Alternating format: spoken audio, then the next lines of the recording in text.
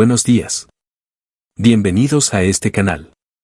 Continuando con las vivencias del Dr. José Egberto, ahora presentamos el capítulo titulado Secundaria en Morelia. Escuchemos con atención. Ingreso a la secundaria. Aun cuando mi mamá se hacía la ilusión de mandarme a estudiar al seminario, nunca comulgué con esa idea. No obstante, mi mamá me pedía que probara al menos un año y si no me gustaba que respetaría mi decisión. Mi padre no opinaba, al menos delante de mí. Afortunadamente, al obtener el segundo lugar en el concurso estatal de conocimientos, me gané una beca para estudiar en la Escuela Normal para Profesores, ubicada en La Huerta, Michoacán. Por lo cual el proyecto de mi mamá se vino abajo y de la mano de mi padre iniciamos los trámites para ingresar a la Escuela Normal. Aunque mis intenciones eran estudiar solo la secundaria en esa escuela y después hacer la preparatoria en el glorioso Colegio de San Nicolás de Hidalgo, cuna de grandes hombres como Miguel Hidalgo y Costilla y don José María Morelos y Pavón. En realidad, desde pequeño me entusiasmaba la idea de convertirme en ingeniero. Debo confesar que mi sueño de ser ingeniero era porque en el poblado había una brigada del programa Comisión del Río Balsas, a cargo del general Lázaro Cárdenas, y de cuando en cuando iba por esos rumbos un ingeniero. Si mal no recuerdo, ingeniero de apellido Games, quien llegaba en un jeep y usaba unas botas que me llamaban mucho la atención. Por eso pensé que cuando fuera grande iba a ser ingeniero y tendría por supuesto un jeep y usaría ese tipo de botas. Por cierto, de chico platicaba con algunas personas sobre mi aspiración de ser ingeniero, de tal suerte que algunos de los choferes de los autobuses de pasajeros que iban diario de Rosales, en tono de burla, me decían ingeniero, cuando yo escasamente tenía alrededor de 9 años. En ese tiempo nunca imaginé que algún día andaría manejando en las carreteras de Europa, aunque en un bocho, pero recorrimos muchos kilómetros y conocimos muchos países. El ingreso a la Escuela Normal Rural de La Huerta fue imposible, ya que como siempre la corrupción ha campeado por todo nuestro territorio. Cuando llegamos a la escuela, mi padre muy orgulloso habla con el director y le muestra el documento donde el gobernador del estado de Michoacán, en ese entonces Agustín Arriaga Rivera, me otorgaba la beca para estudiar en dicha institución. No obstante, el director le dijo a mi padre que ese documento no era válido para ellos y que por lo tanto, yo debía hacer examen para ganar un lugar en esa escuela. Sin saber del influyentismo presente durante el proceso de ingreso a esa escuela, le dije a mi papá, no hay problema, hago el examen, ya que tenía la seguridad de mi preparación y por lo tanto me presenté al examen. Mismo que me pareció muy fácil, pero los resultados fueron adversos. Esto siempre se me vino a la mente cuando fui secretario de Educación del Estado, donde no permití influencia alguna durante los procesos de selección de los estudiantes interesados a cursar la carrera de educadores y educadoras en las distintas modalidades que ofrecen las escuelas dependientes del Gobierno del Estado. Una vez que fracasé en el intento de ingresar a la escuela normal, mi padre inició el viacrucis de buscar a alguien que nos apoyara para resolver este caso. Así que fuimos a Palacio Federal y nos entrevistamos con el representante o delegado federal de educación en el estado y lo que nos dijo, sin más, fue que el gobernador no podía ofrecer beca ni espacio en una institución federal, como era el caso de la Escuela Normal de La Huerta. Después mi padre fue con un diputado local oriundo del pueblo de Churumuco y cuando mi padre le contó todo lo que se había hecho, mis logros y el rechazo del delegado o secretario de Educación Federal, le dijo a mi papá: no se preocupe, don Rodolfo, ese licenciado va a llorar sangre, pero de allí en adelante el diputado nunca más nos recibió, por ello iniciamos otro peregrinar. Nos fuimos a Palacio de Gobierno a hacer antesala para ver al oficial mayor de gobierno, licenciado Leodegario López Ramírez, lo cual nos llevó un buen tiempo, es decir varios días, no recuerdo cuántos. Pero mi papá tuvo que ir a Poturo a conseguir dinero porque ya se había agotado el que traía. Yo me quedé en un hotelito por la zona del Carmen, frente a lo que en aquel tiempo era la terminal de las Flechas Rojas, en donde habíamos llegado desde un principio. Debo reconocer que mi padre hizo todo lo posible porque yo tuviera la oportunidad de prepararme. En los días que pasamos haciendo antesala conocimos a un muchacho de mi edad, acompañado con su hermano mayor, provenientes del municipio de Cotija. El chavo, al igual que yo, buscaba el apoyo para conseguir una beca y entrevistarnos con el oficial mayor para pedir su respaldo. El muchacho nos mostró su certificado donde se asentaban calificaciones, todas de 10. Yo le comenté a mi papá que eso no podía ser, porque si hubiese sido cierto habría ocupado el primer lugar en el concurso de conocimientos recién efectuado. Pasaban los días y no nos recibían bajo el argumento de que el licenciado no había llegado o que estaba muy ocupado. Había un joven encargado de atender a la audiencia del oficial mayor, solo recuerdo su nombre, Luis, y al parecer era abogado, porque todos le decían licenciado. Después de varios días de espera, y al ver que a muchos sí los pasaban a ver al oficial mayor, se me ocurrió hacer un escándalo, gritando y llorando le pedía a Luis que nos dejara pasar a ver al licenciado López Ramírez. Lo cual surtió efecto y pronto nos dejaron pasar a la oficina del oficial mayor, quien nos recibió muy atento. Mi padre y el hermano del chavo le mostraron los documentos, y con una cara de enfado, diciendo, «Esto no puede ser», nos dijo, «Aquí en Morelia hay un internado donde pueden estudiar la secundaria becados, ¿qué les parece?». Lo cual aceptamos inmediatamente.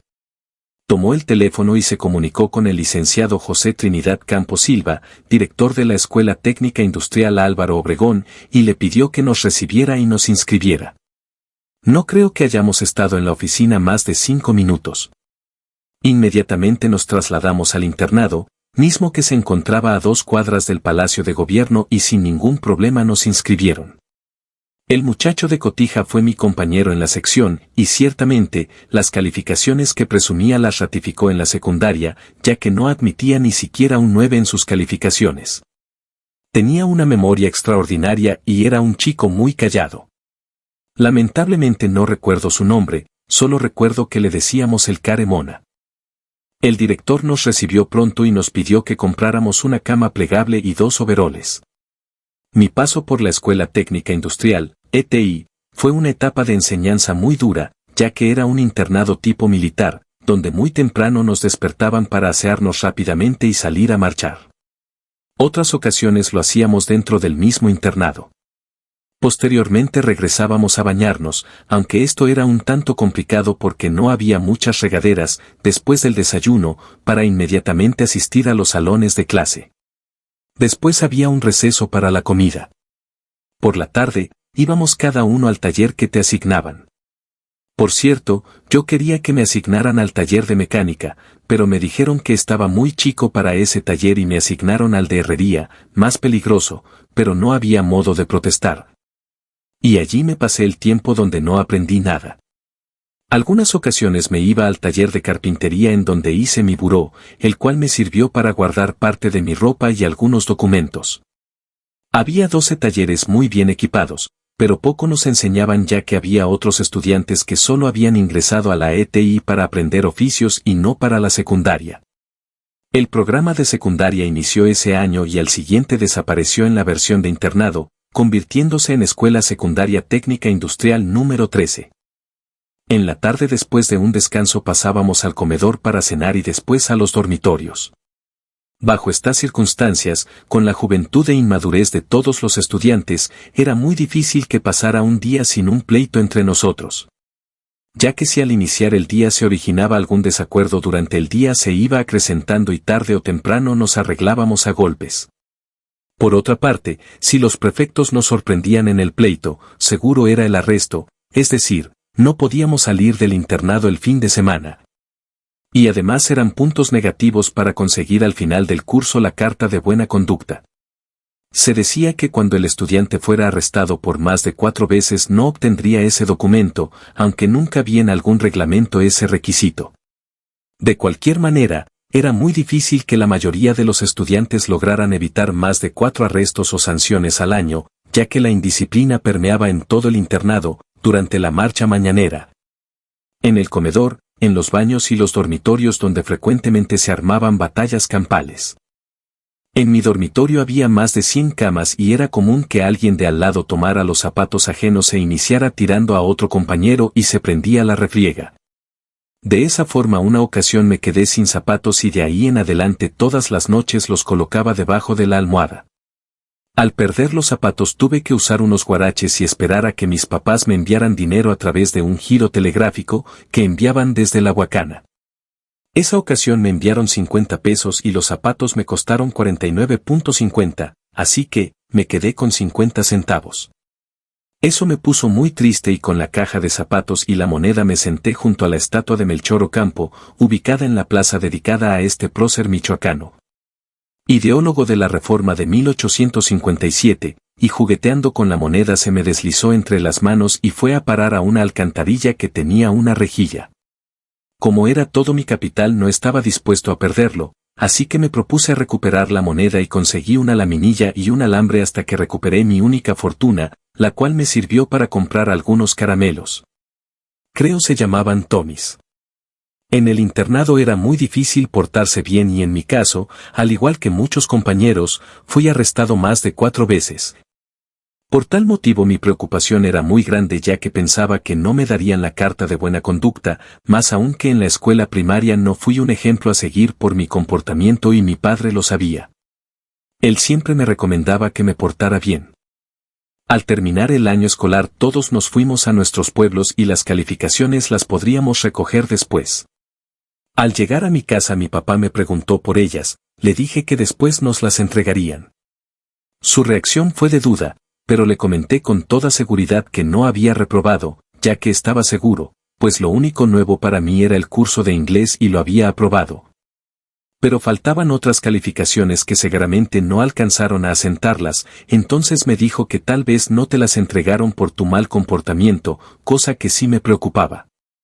Unas semanas después fue a recoger las calificaciones y cuál fue su sorpresa, junto al certificado de calificaciones iba una carta de buena conducta.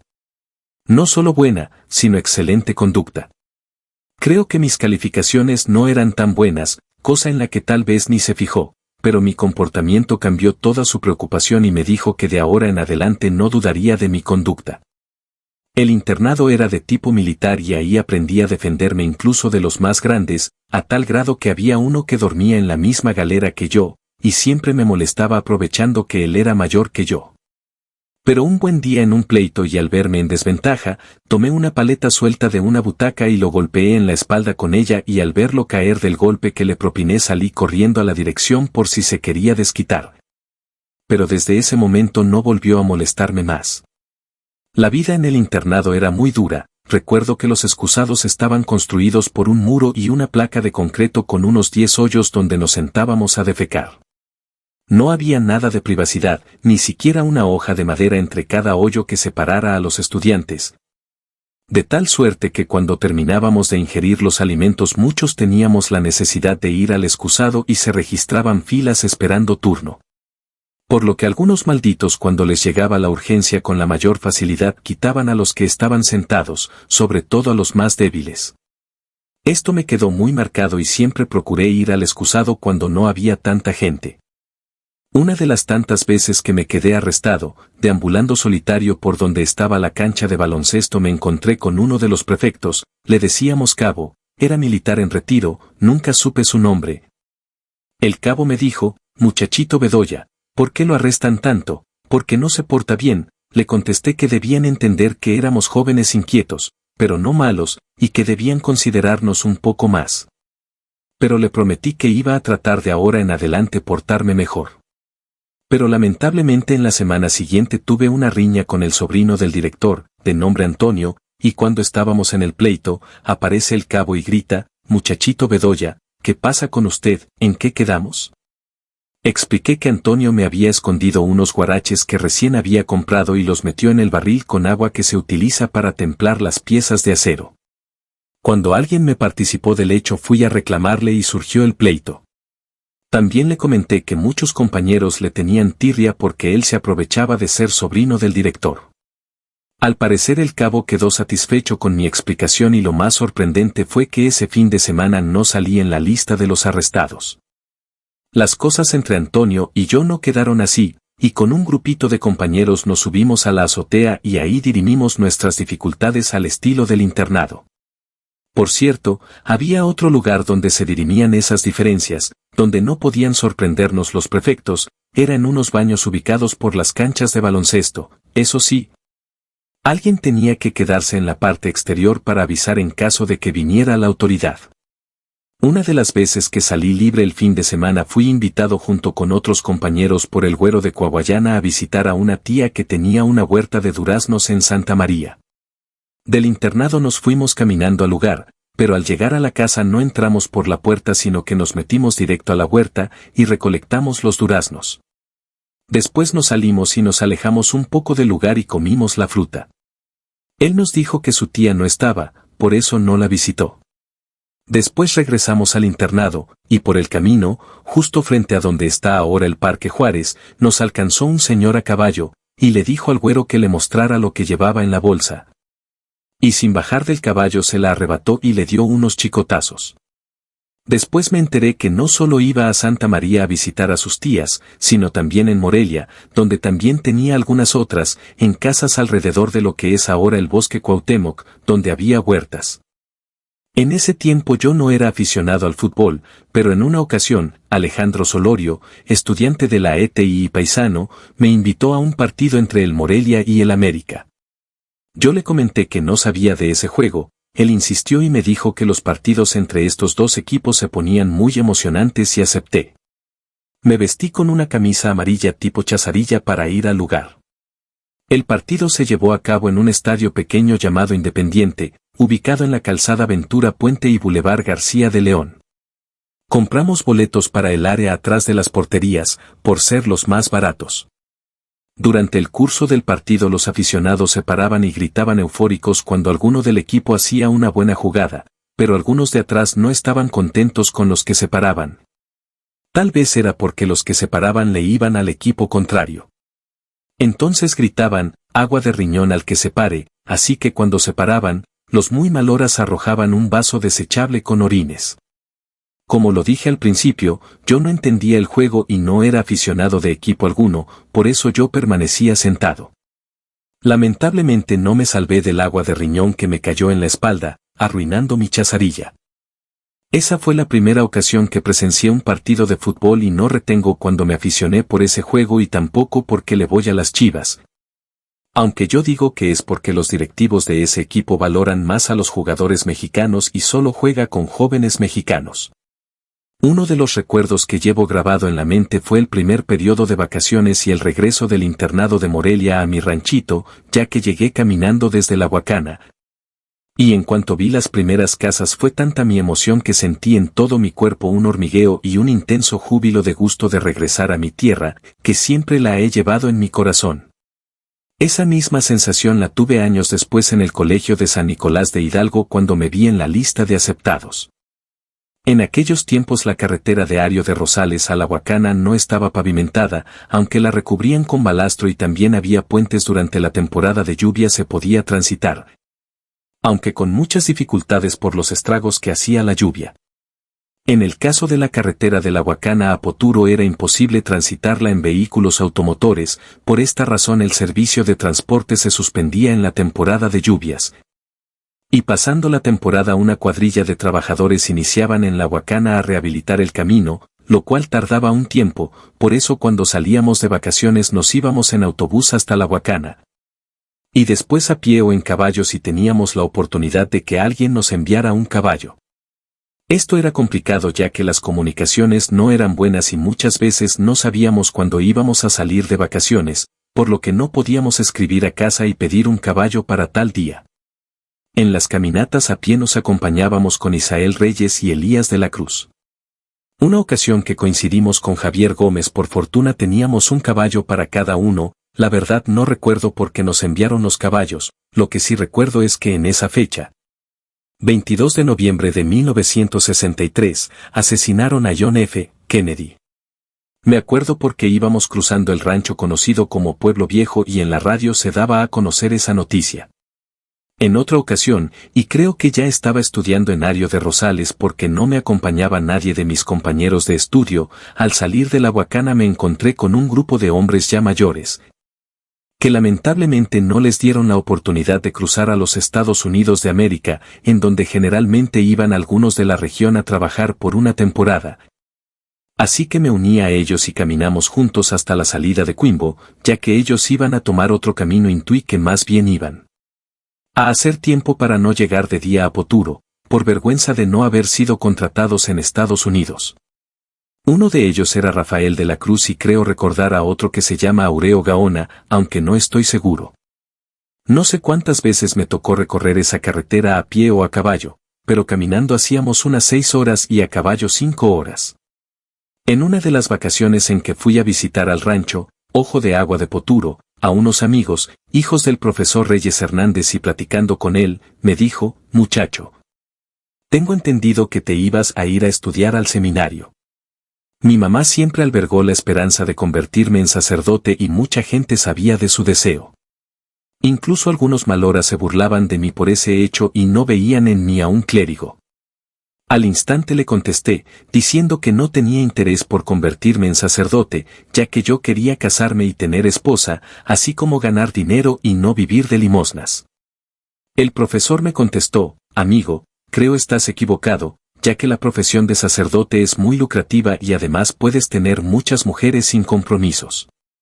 La palabra lucrativa no la conocía, pero se quedó muy grabada en mi mente, a tal grado que cuando llegué a casa me fui inmediatamente a un diccionario pequeño que había y salí de la duda. Años después supe de las andanzas de los curas con algunas mujeres en Churumuco y no se diga del sinvergüenza de Marcial Maciel, líder de los Legionarios de Cristo, un depravado sexual y muy rico. Así que comprobé que el profesor Reyes tenía toda la razón.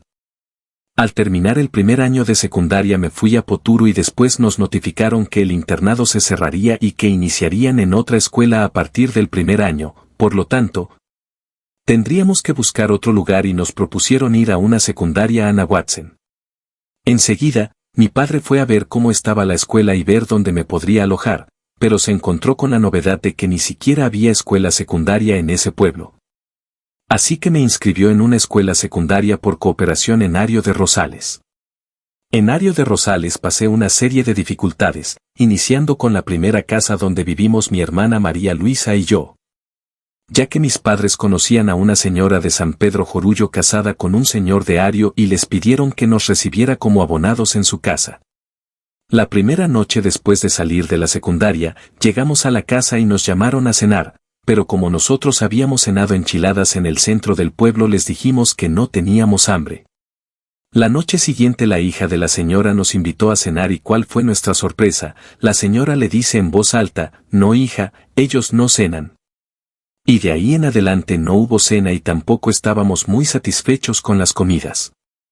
Así que le pedí a mis papás que me abonaran en otro lugar. Mi padre inmediatamente consiguió que otra familia me aceptara como huésped y la verdad me la pasé bien, pero algo que no me gustó fue que a mí me atendían mejor que a sus hijos, en cuanto a los alimentos. Lo que me hacía sentir incómodo. Por ello, al año siguiente me consiguieron otro lugar para dormir y otro para tomar los alimentos.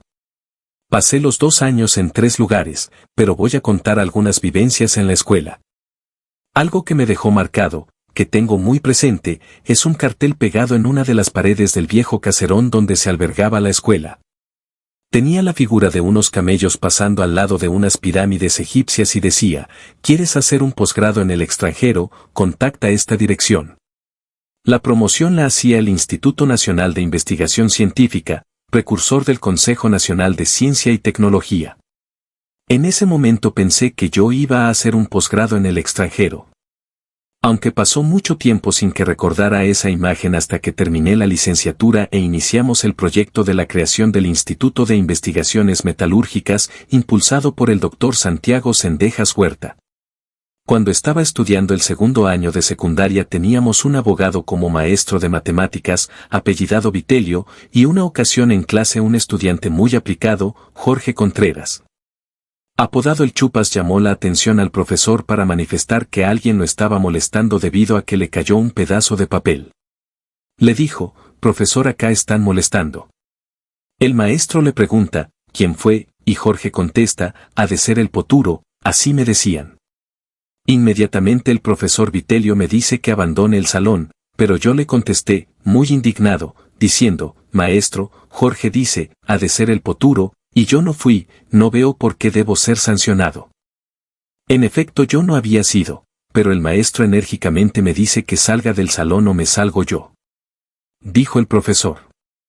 Mi respuesta fue, como es injusto, yo no me salgo. Mis compañeros y compañeras muy angustiados me decían, retírate Poturo. No me salí, pero el profesor me llamó de fuera del aula y salí para ver qué me propondría y lo que me dijo era que estaba expulsado de su clase y que solo tendría oportunidad de presentarme al examen extraordinario.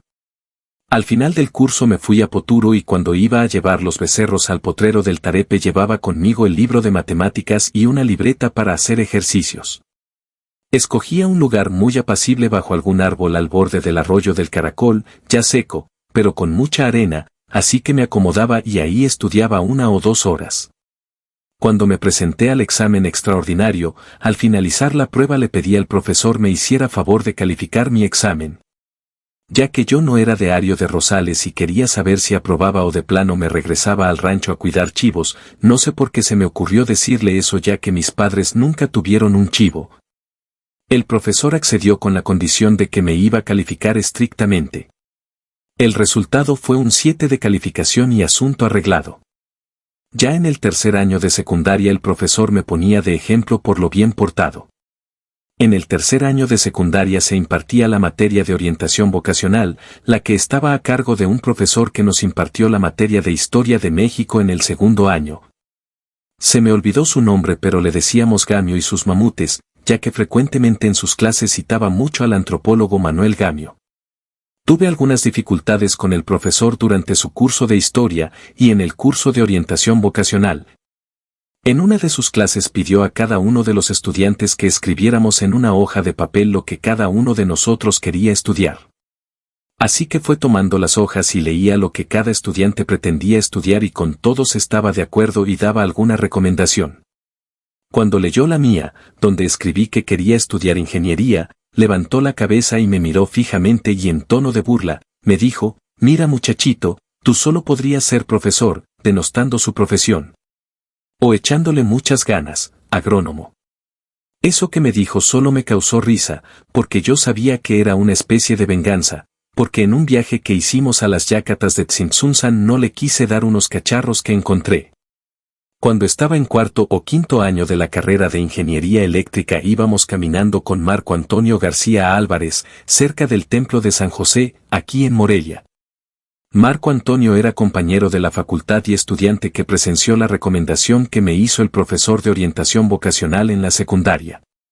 Me dijo, mira Poturo, ahí viene Gamio y sus mamutes, ¿a que no le dices que se equivocó contigo y que ya casi terminas la carrera de ingeniería? Lo encontramos y lo saludamos como buenos amigos.